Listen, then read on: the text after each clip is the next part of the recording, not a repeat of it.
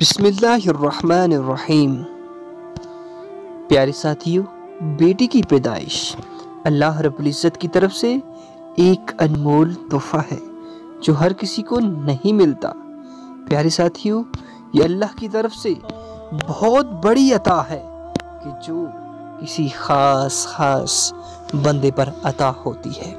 फरमाने मुस्तफ़ा सल्लल्लाहु ताला अलैहि वसल्लम कि जब किसी के यहाँ बेटी पैदा होती है तो अल्लाह अज़्ज़ व जल इसके घर फरिश्तों को भेजता है जो आकर कहते हैं, ए घर वालों तुम पर सलामती हो, ए घर वालों तुम पर सलामती हो।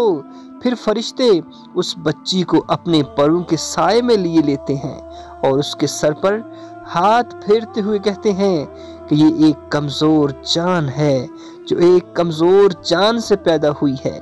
जो शख्स इस कमज़ोर जान की परवरिश की ज़िम्मे लेगा, जो शख्स इस कमज़ोर जान की परवरिश की ज़िम्मेदारी लेगा तो क़यामत तक मदद खुदा उसके शामिल हाल रहेगी। सल्लु अलल हबीब सल्लल्लाहु ताला अला मुहम्मद। खुशनसीब हैं वो लोग कि जिनको अल्लाह रब्बुल इज़्ज़त एक प्यारी सी बेटी के साथ नवाजते हैं।